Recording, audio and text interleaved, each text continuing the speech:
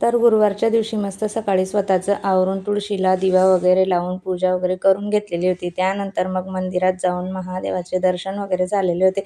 घरी आल्यानंतर कामांना सुरुवात करायच्या अगोदर गुरुवार असला म्हणजे सुरुवात आपली हळदीच्या लेपनाने होते. तर सुरुवातीला उंबरठा छान स्वच्छ पुसून वगैरे घेतला. बाहेरचं सगळं व्यवस्थित पुसून घेतलं आणि मग हळदीचं लेपन करायचं होतं. त्यासाठी हळद, गोमूत्र, चंदन आणि गुलाबजल घातलेला आहे.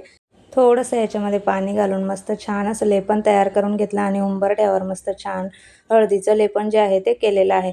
हळदीचं लेपन झाल्यानंतर मस्त छान अशी रांगोळी दरवाजामध्ये काढून घेतलेली होती. त्यानंतर हळदीचं जे लेपन होते ते सुकलेलं होतं. मस्त उंबरठा जो आहे तो पुजून घेतलेला होता. उंबरठ्यावर हळदीचं लेपन केल्यामुळे घरात खूप छान पॉझिटिव्ह आणि मस्त प्रसन्न असं वातावरण वाटतं. त्यानंतर गुरुवार असला म्हणजे स्वामींचा अभिषेक आलाच. तर मस्त छान सगळ्या देवांना अंघोळ करून स्वामींचा अभिषेक केला. आजची देवपूजा तुम्हाला दाखवते.